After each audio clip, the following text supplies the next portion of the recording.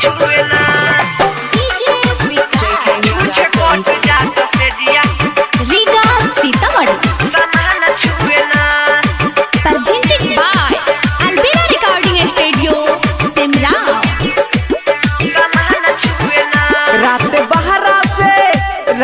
बहरा से आइले भतार मुआना ये सोच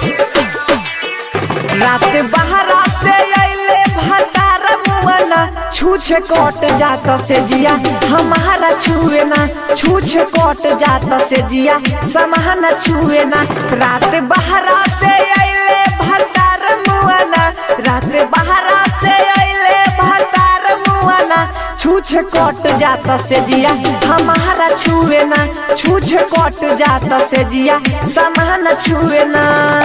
डीजे सामान छुए ना रीगा सीतामढ़ी छूछे कोट जाता से दिया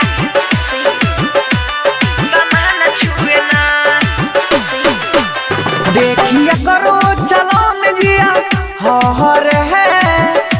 हरे लागे 10 गो स्वाद मिलल बहर है बहर देखिए करो चलो न जिया हरे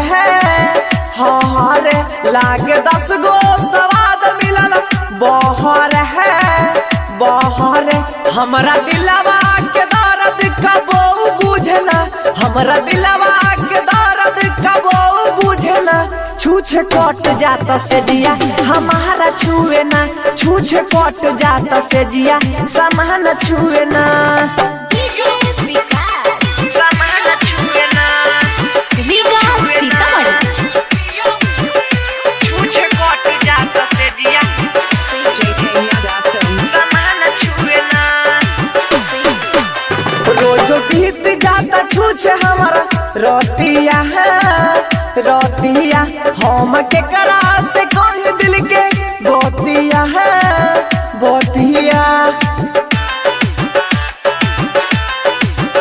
रोजो बीत जाता छूछे हमारा